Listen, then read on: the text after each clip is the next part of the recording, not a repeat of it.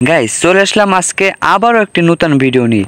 Guys গেমে ঢুকতেই কিন্তু দেখলাম একটা নতুন ইভেন্ট চলে এসেছে আমাদের ডিএলএস গেমে। তো আমরা এখন ইভেন্টের ভিতরে প্রবেশ করব। তারপরে কিন্তু এরকমের কিন্তু আর একটা ইভেন্ট আসছিল, যেখানে কিনা আপনাকে সিলেক্ট করতে হবে। আপনি আপনার পছন্দ মতন একটি টিম আপনি নিতে পারবেন, আপনার পছন্দ মতন আপনি যেই টিমটা নিতে চান। তো দেখুন, প্রথম টিমটা যদি আমি ক্লিক করি তাহলে কিন্তু আমার এখানে আসছে 120 কয়েন দিয়ে আমি এই টিমটা নিতে পারব। পরেরটা 120, পরেরটা 90, পরেরটা 80, পরেরটা 40, পরেরটা 40, পরেরটা 60, পরেরটা 50, তারপরেরটা 60।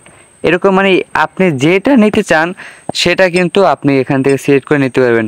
আর প্রথম দুইটা কিন্তু 120 কয়েন দিয়ে, পরেরটা 120 কয়েন। এই যে এই দুইটা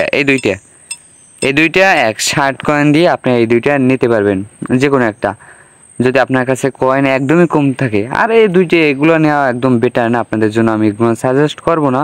আপনারা যদি চান, যদি ইভেন্ট খেলতে চান, তাহলে আপনাদের জন্য বলবো আপনারা প্রথমটা অথবা এই দুইটার কোনো একটা আপনারা ইভেন্ট নেবেন। তো দেখি আমি কোনটা নেব, দুইটাই তো ভালো ক্লাব।